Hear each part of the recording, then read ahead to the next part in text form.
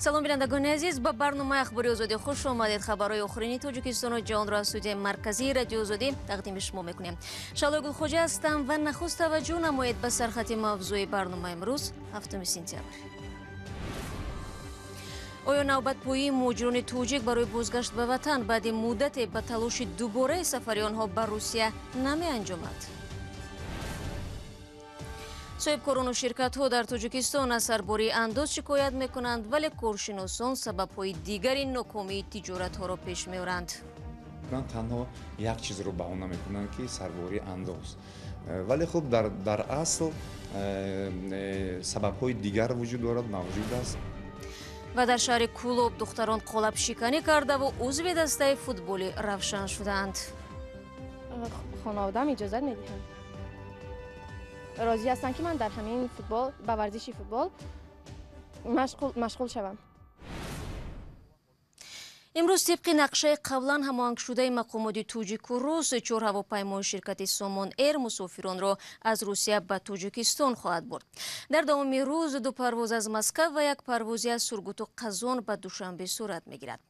ҷадвали интиқоли шаҳрвандони Тоҷикистон аз Русия ба ватан бо парвозҳои хос то 15 сентябр таҳризӣ шудааст. Тоҷикистон аз охири моҳи март ба хотири ҷилавгирӣ аз коронавирус парвозҳо ба хориҷаро қатъ кард. то ҳол танҳо тариқи парвозҳои чартерӣ ва ба таври маҳдуд шаҳрвандонро аз хориҷа ба ватан бармегардонанд. довталабони бештари бозгашт ба Тоҷикистон муҳоҷирони корӣ ҳастанд. бо вуҷуди он ки дар ин авохир ҳамарӯза аз 3 то 4 ҳавопаймо аз Русия ба самти Душанбе парвоз мекунад, навбатпоиҳои садҳо зодагони Тоҷикистон дар назди сафорат дар Москав кам намешавад. дар айни замон онҳое ки баръакс бо қасди сафар ба Русия дар фурудгоҳи Душанбе ҷамъ мешаванд низ зиёд аст. муҳоҷирони корӣ ки бинобар рукуди иқтисодӣ дар Русия ва пандемияи коронавирус ба хона бармегарданд, ба назар мерасад дар зодгони ҷои пой пайдо накарданд. коршиносон мегӯянд бозгашти саросарии муҳоҷирон дар кишвар боиси эҷоди мушкилоти иҷтимоӣ ва афзоиши фишору рақобат дар бозори кор шудааст. ҳамкорам Абдулло Ашуров ба омӯзиши ин мавзӯъ машғул буд ва қабл аз барнома бо чанд суол ба ӯ муроҷиат кардам. Абдулло салом, хуб, аз фасли баҳор мавсими оғози муҳоҷират то кунун рӯи муҳоҷирон аксаран ба як самт аст. онҳо бо парвозҳои чартерӣ аз Русия ба Тоҷикистон боз мегарданд. баъди бозгашт вазъи муҳоҷирон дар зодгоҳашон чӣ гуна шуд? салом Шаҳло, истиқбол аз муҳоҷирон дар ватан дар маҷмӯъ чандон хуб ҳам набуд, чун дар шароити густариши коронавирус мақомот дар симои муҳоҷирон бештар манбаи сирояти вирусро медиданд. ин аст ки дар оғоз аксари муҳоҷирон пас аз бозгашт дар карантини 14 рӯза қарор дода мешуданд. ҳоло бо бештар шудани имкони ташхиси вируси нав аз онҳо талаб мешавад ки аз кишвари сафар кардаашон ё худ Русия санади орӣ будан аз вирусро бо худ дошта бошанд. ин гуна бархурд бесабаб ҳам набуд, чун дар миёнаҳои тобистони имсол ҳолате доштем ки беш аз нисфе аз муҳоҷироне ки аз Қазоқистон бо автобус ба Тоҷикистон оварда шуданд гирифтори коронавирус баромаданд. ташхис онро нишон дод. албатта дар гузашта ҳам муҳоҷиронро ба овардани ҳар гуна бемориҳои сироятӣ аз ҷумла бемориҳои сироятии ҷинсӣ мақомот дар Тоҷикистон гунаҳкор мекарданд. хуб, Абдулло, табиист ки қисми зиёде аз муҳоҷирон дар Тоҷикистон бекор монданд. ин вазъият агар идома кунад чӣ оқибатҳое дошта метавонад? аз ҳоло оқибатҳои онро метавон пешбинӣ кард. ҳафтаи гузашта дар бозори навсохте дар шаҳри Туз дар вилояти Хатлон ки пас аз оташсӯзӣ аз нав бунёд шуд, як ҳамоиши тоҷирон ва баҳсу кашмакаш сар зад. мақомот аз ҷумла гуфтанд ки қисме аз онҳо муҳоҷирони корӣ собиқ ҳастанд ки акнун талош доранд дар ин бозор ҷои кор пайдо кунанд ва соҳиби дукони худ шаванд. ҳамин гуна ширкатҳои таксиронӣ дар шаҳри Душанбе низ аз он ибрози нигаронӣ карда буданд ки бо бозгашти шумори зиёди муҳоҷирон бисёреҳо ба таксиронӣ машғуланд ва таксиронҳои расмӣ кам даромад мегиранд. хулоса маълум аст ки бозори кор дар Тоҷикистон имкони таъмини муҳоҷирони кориро бо ҷои кор ва маоши шоиста надорад. қисме аз ҷойҳои корӣ маоши ночиз доранд ва муҳоҷирон ки бо маоши болотар дар Русия одат карда буданд майли кор дар чунин шароитро албатта надоранд. дар дигар кишварҳои Осиёи миёна низ бозгашти муҳоҷирон муҷиби мушкилоти иҷтимоӣ аз ҷумла афзоиши дуздӣ шудааст. аз ҷумла رئیس ولایت سرخندریای ازبکستان سبب افزایش دزدی و غارتگری را در این اواخر در این ولایت به بازگشت مهاجران ربط داد. روند مهاجرت بنابر پاندمی از تاجیکستان سال روان به طور قابل ملاحظه کاهش یافت. وزارت مهنت و مهاجرت تاجیکستان گفت در نیم سال 2020 حدود 130,000 نفر مهاجر برای دریافت کار وطن را ترک کرده روند مهاجرت 57% کاهش یافت. اما فعلا انتخاب زیاد نیست. حالا هموطنان در نوبت برای بازگشت به تاجیکستانند. شاید بعد مدت کوتاه درخواست به پرواز در سمت روسیه و دیگر کشورهای قبول کننده مهاجران کاری از تاجیکستان دوباره افزایش یابد. با تشکر از عبدالله که به سوالهای من پاسخ داد. با استفاده از فرصت یادآور میشوم که تا به حال تاجیکستان و روسیه برای برقرار کردن پروازهای دائمی بین همدیگر به موافقه نرسیدند. بینندگان عزیز، در ادامه برنامه گزارش دوره عاید سرباری انداز در تاجیکستان همچنین از فوتبال بازی دختران در شهر کلوب برایتان نقل خواهیم کرد. ولی قبل از آن به آگاهی توجه نمایید که راه آسان تماس با رادیو آزادی را به شما نشان می‌دهد.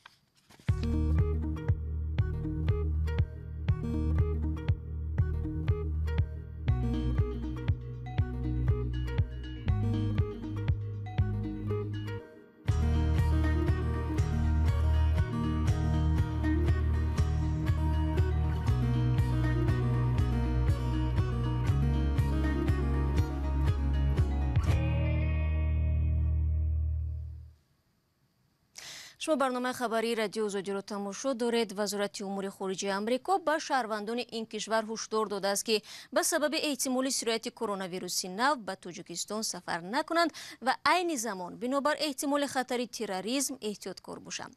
این هشدار روز 6 سپتامبر نشر شده است. مرکز نظارت و پیشگیری از بیماری ها در آمریکا دیروز تاجیکستان را به قطار کشورهای وارد کرده است که خطر سرایت بیماری کرونا ویروس نو در آنجا بلند است. بنا به آمار وزارت تندرستی تاجیکستان تاکنون در کشور بیش از 8750 نفر به بیماری کووید 19 گرفتار شده 70 نفر فوت دیدند. اما متخصصان به آمار رسمی شبهه دارند و میگویند که مقیاس سرایت بیماری و تلفات زیادتر از آن است که مقامات نشان میدهند. در دوشنبه ضمن یک مشورت بازی آنلاینی اقتصاددانها سرباری انداز در تاجیکستان را به بحث کشیدند. مشکل اندازبندی در تاجیکستان همیشه در رسانه‌ها از سوی صاحبکاران خصوصی و دایره‌های کارشناسی انتقاد می‌شود. مقامات میگویند تلاش دارند که برای صاحبکاران و بهبود فضای سرمایه‌گذاری در کشور شرایط مساعد فراهم آورند، ولی آمار رسمی از ناگوار شدن شرایط کار در جمهوری قصه می‌کند. برای یوسفی موضوع را ادامه می‌دهد. در میان 10 مانع اصلی در فضای تجارت تاجیکستان اندازبندی در مقام اول قرار داشته است. این نتیجه پرسش خدمات انترپرایز بانک جهانی است که میگوید 29% تاجران پرسیده شده اندازبندی را در سال 2019 مانع اصلی در فضای صاحبکاری کشور عنوان کردند. 2 سال قبل 18% تاجران پرسیده شده اندازبندی را مانع اصلی در فضای صاحبکاری می‌دانستند. وابسته به رسمیات اندازبندی نیز اگر در سال 2017 11% پرسیده شده ها رسمیات اندازبندی را مانع اصلی در رشد تجارت می‌دانستند، در سال 2019 علاکه 19% پرسیده شده ها رسمیات اندازبندی را از مانع اصلی در رشد تجارت می‌دانند.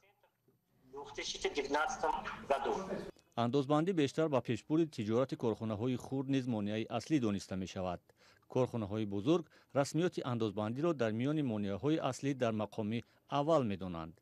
اکثر تاجران خرد می‌گویند رسمیات اندازبندی و فایز بلند اندازها همساله صدها تاجر را مجبور می‌کند که ترک تجارت کنند. کمتر همین مشکل تر شده است، همین زیادتر است همین چیز برای ما عمومی انداز از فروش. بر اساس تحقیقات‌ها با فرق از کشورهای دیگر شوروی سابق میزان انداز در تاجیکستان خیلی بالا بوده است که باعث رشد تجارت پس پردگی و یا گریز از پرداخت انداز شده است. اما کارشناسان بر اینند که دانش ناکافی حقوقی و اصول پرداخت اندازها میزان اندازها را در چشم تاجران بالاتر از واقعیت نشان می‌دهد. ما خبر داریم که مثلا بعضی کارخانه‌ها بسته می‌شوند ولی هنگامی که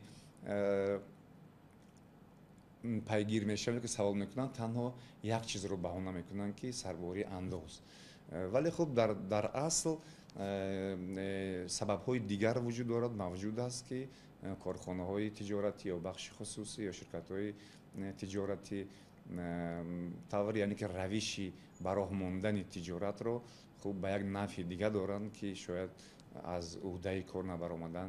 ҳоло кодекси андози нави тоҷикистон дар зери таҳрири нав қарор дорад ва коршиносони маркази тадқиқоти стратегии тоҷикистон низ пешниҳоди худро барои таҳрири ин кодекс ироа карданд.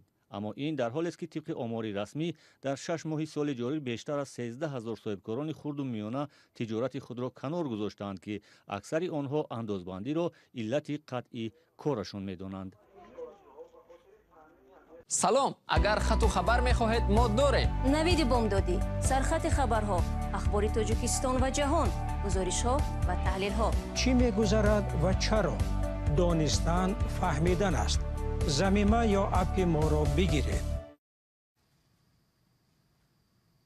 вале хабар гузоришҳои моро пайгирӣ кунед ва ман бошад барномаи хабариро идома медиҳам. зоҳиран дар тоҷикистон футбол байни духтарон ба оҳистагӣ шӯҳрат касб мекунад. ҳарчанд барои духтарон машғул шудан ба ин нави варзиш дар ҷомеаи суннатӣ осон нест, вале бо ин ҳам чанд моҳи пеш дар Кӯлоб дастаи футболи духтарона таъсис ёфтаву аллакай ба муваффақият ноил шудааст. маъмуҷон раҳматзода бозии онҳоро дар майдон мушоҳида кард. дар кӯчаҳо футбол мешуд, ман рафта ҳамроҳи писарон фарқ надошт, писарон духтарон бозӣ мекардам ва набуди дастаҳои футболи духтарона боис нашуд бибиёшамо Исоқова аз ин варзиш дур шавад. гоҳе ҳамроҳи писарон ва гоҳе бо дугонаҳои худ дар кӯчаву майдонҳои варзишӣ тӯбро ба пешҳаракат медод. дар аввал на танҳо набуди шароити тамрин, балки бархурди ҷомеа ҳам барояш сахт буд. бисёр писарон мегуфт ки ту духтар ҳастӣ, вале ман ба ҳарфҳои онҳо аҳамият намедодам. хуб чӣ мегуфтанд, масалан чиҳо мегуфтанд? мегуфтанд ки духтаро чӣ бозиаш чӣ. хуб имрӯз ки дар футбол омадӣ умуман хонавода чӣ мегӯянд? хонаводаам иҷозат медиҳанд. розӣ ҳастанд ки ман дар ҳамин футбол ба варзиши футбол машғул шавам. Исоқова ҳоло яке аз аъзои дастаи футболи духтаронаи Равшани шаҳри Кӯлоб аст. ин даста ним соли пеш ба фаъолият шурӯъ кард ва 24 аъзо дорад. бархе бозингарони ин даста футболро дар оинаи нилгун ва майдонҳои хурди футбол дида буданд. бархе ҳам бовар надоштанд ки рӯзе дар майдони бузург бозӣ мекунанд. баръакси ҳамаи ин духтарон ҳуснурои Сайҳомиддин собиқаи варзишӣ дорад. таъсиси дастаи футболи духтарона ҳуснуроро аз майдони набарди бокс бо писарон канори духтарон ба футбол овард.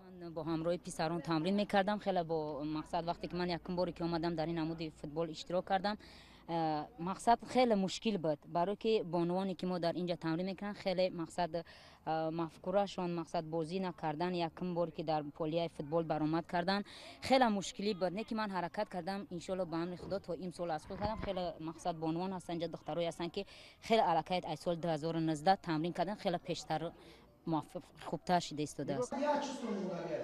мураббиёни даста мегӯянд дар аввал мухолифатҳои ҷомеаву камбудиҳои молиявӣ вуҷуд дошт, вале дар ним сол чанд зина боло рафтааст. хеле камбудию бебудиро бартараф кардем. ҳоло то бозии тури 17 мо дар зинаи 6 ҷо ҷойгир ҳастем. сармураббии дастаи футболи духтаронаи Равшан мегӯяд ки дар аввал бо теъдоди 18 нафар дастаро таъсис доданд, аммо бо гузашти вақт ҳоло дастаи наврасон низ омода шудааст. сокинон низ аллакай бо касби интихоб кардаи духтаронашон ризоят медиҳанд.